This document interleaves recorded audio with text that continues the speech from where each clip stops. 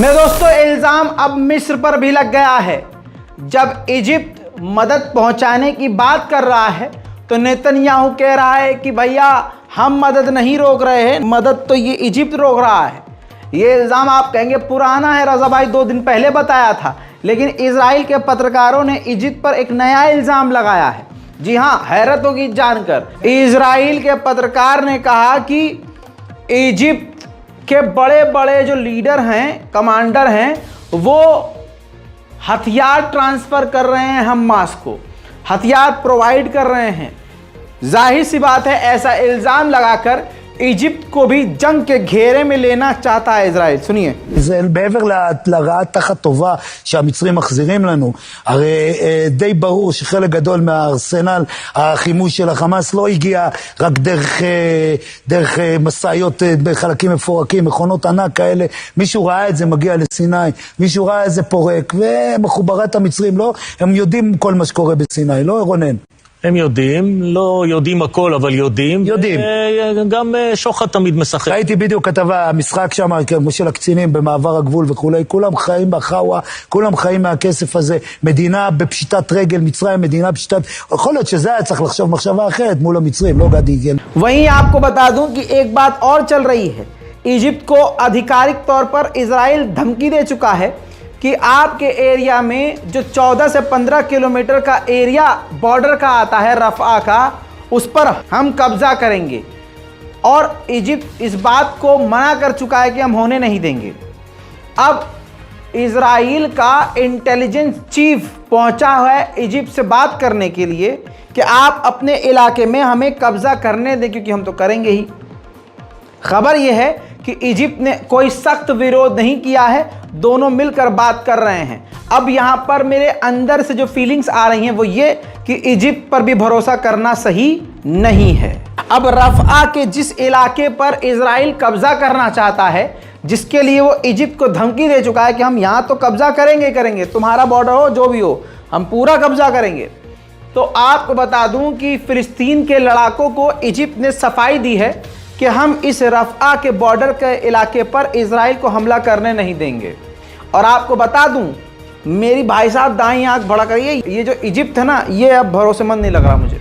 उधर इजराइल ने आधिकारिक तौर पर माना है कि 26 इजराइल के सैनिक गाजा के अंदर बुरी तरह से हमारे घायल हुए हैं। डॉक्टर्स विदाउट बॉर्डर्स संगठन ने चिंता जाहिर की है कि ये जो UNRWA का फंड रोका गया है, ये सरासर गलत है और इससे मासूमों की जान को खतरा बढ़ गया है।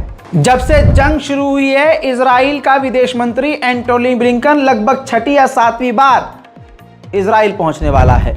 इजराइल की मिलिट्री ने आईसिस स्टाइल में सैकड़ों फिलिस्तीनियों को गिरफ्तार किया है और उसका वीडियो भी जारी किया है। मैं तस्वीर दिखा चुका था, लेकिन अब मैं चाहूंगा कि आप ये वीडियो भी देखें।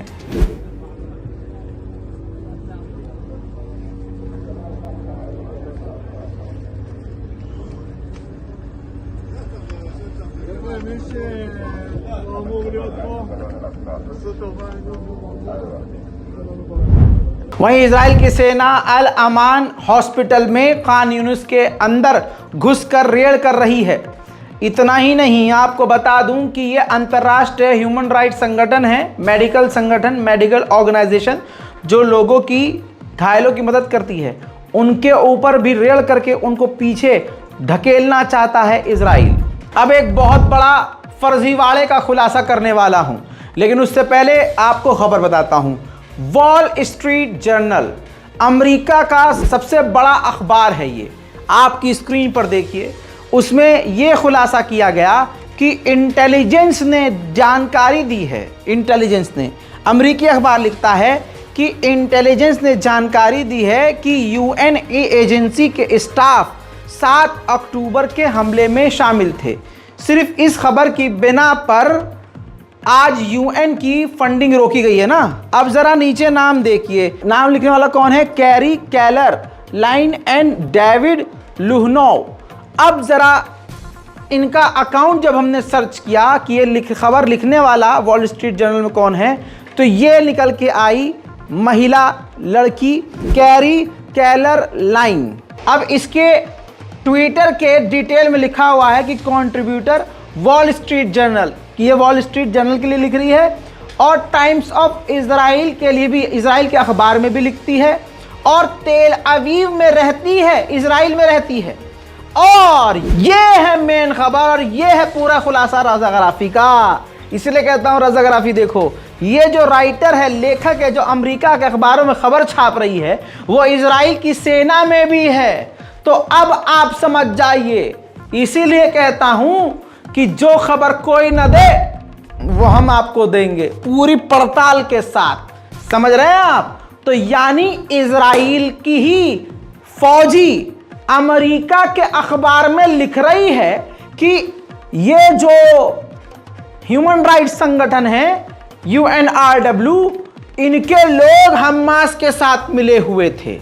यानी अमेरिका और वेस्ट के पूरी दुनिया के बड़े बड़े अखबारों में जो खबर छप रही है इजराइल को फायदा पहुंचाने वाली, ये खुद अमेरिका और वेस्टर्न देशों के पत्रकार नहीं, इजराइल के सैनिक लिख रहे हैं घर बैठे बैठे।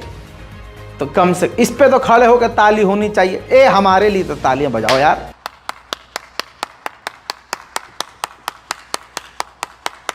मेरे दोस्तों, उधर आगे अब बताता हूं कि इजराइल के सैनिक गाजा के टनल्स में समुद्र का पानी डाल रहे हैं। देख लीजिए। זה אטלנטיס, פרויקט הצפת המנהרות. אנחנו לא יודעים בדיוק לאן הצינור הזה מוביל, אבל זה איפשהו על קו החוף של עזה. תראו כמה צה"ל היה צריך לחפור פירים, תעלות כאלה שמובילות את הצינור, ובעצם הסוף שלו זה באחד מפירי המנהרות היותר גדולים שמצאו כאן ליד כיכר פלסטין. באופן הזה צה"ל מציף את המנהרות ומזרים מים כדי להשמיד אותן אחת אחרי השנייה. इजरायली महिला आतंकवादी जो कब्जा करने वाले झुंड की नेता है, उसने कहा कि 7 अक्टूबर के बाद फिलिस्तीनियों ने गाजा में रहने का अधिकार खो दिया है। बाइडेन को तगड़ा झटका अमेरिका में मिला है। मुस्लिम नेताओं के अरब हेड, जो अरबी लोग हैं, अरब के जो लोग अमेरिका में रहते हैं, उनके पास अमेरिकी नागरिकता भी है, उनके जो हेड हैं अरबी नेताओं ने बाइडेन के गवर्नमेंट ऑफिशियल से मिलने से इनकार कर दिया, वो नहीं मिले। और उन्होंने कहा कि गाजा में नरसंहार जारी है, इसलिए हम बाइडेन से नहीं मिलेंगे। चुनाव होने वाला है अमेरिका में, बाइडेन के लिए बड़ा झटका हो सकता है। उधर नॉर्वे के विदेश मंत्री ने बिल्कुल सटीक बात कही कि गाजा की फंडिंग को रोकना नहीं चाहिए, क्योंकि वैसे भी हमें इंतज़ार करना चाहिए इन्वेस्टिगेशन रिपोर्ट का। 20 लाख लोगों का मामला है, वहां ज़रूरत है पैसे की और मदद की। I know that Commissioner General Lazzarini has said that there should be zero tolerance to anything like this. But, you know, if you have 30,000 employees who are embedded in society, because the overwhelming majority of these employees are local staff, Palestinians in Palestinian areas, to try to, you know, be absolutely certain that you have zero risk is very difficult, even if you should have zero tolerance, which is exactly why I want to continue our funding. I urge other donors to do so, and then we will collectively work with UNRWA to make sure that everything comes on the table to what actually happened and what UNRWA will. वहीं मेरे दोस्तों, England में भी फिलिस्तीन के लिए प्रदर्शन जारी है।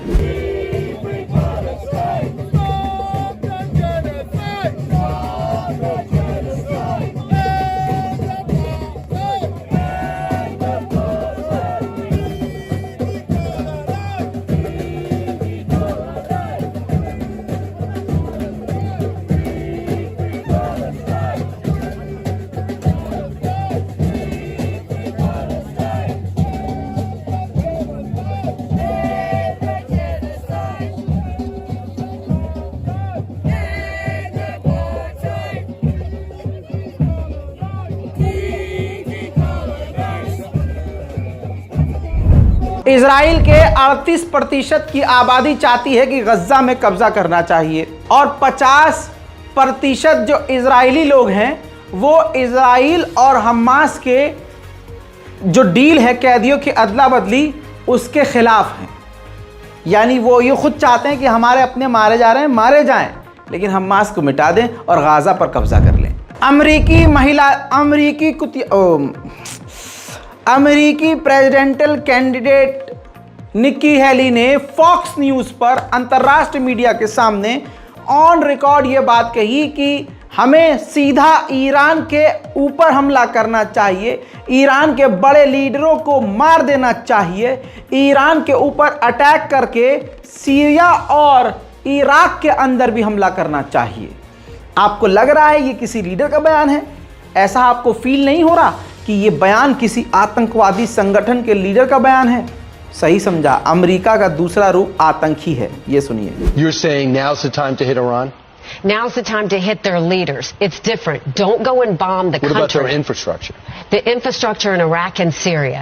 You start with that first. You do the sanctions and you take out a couple of their leaders. That's the way you In their start. country? If they're in their country, or you do like Soleimani when they left the country. You figure out where they are. Our special operations can do that. And then you take them out. That will send a message. We've got to do this immediately. कल तक Israel क्या कह रहा था कि Egypt मदद रोक रहा है यूएन की, इजिप्ट ह्यूमैनिटेरियन एड जाने नहीं दे रहा है गाजा के अंदर। लेकिन यूएन के इजराइल के जो प्रवक्ता हैं उन्होंने बयान ये दिया है कि हमें मदद गाजा के अंदर ह्यूमैनिटेरियन एड जानी नहीं देनी चाहिए, ब्लॉक कर देना चाहिए और यूएनआरडब्ल्यूए को गाजा से निकाल देना चाहिए। यानी इजराइल उधर कह रहा है कि इजिप्ट मदद जाने से रोक रहा है, हम तो मदद जाने दे रहे हैं, और उधर यूएन का इनका प्रवक्ता ऑन द रिकॉर्ड कह रहा है कि गाजा मदद जानी नहीं चाहिए और मदद रोक देनी चाहिए। सुनिए। אתה אומר גם לעצור את ההספקה ההומניטרית לעזה כבר עכשיו מבחינתך? חד משמעית כן. כן, כי לא כדי שלא יהיה שום סיוע, כי רק אם אתה תפרק את אונר"א, אז הקהילה הבינלאומית תמצא לנכון להתחיל ולקיים ולהקים מנגנונים לגיטימיים שאין בהם רוצחים וטרוריסטים.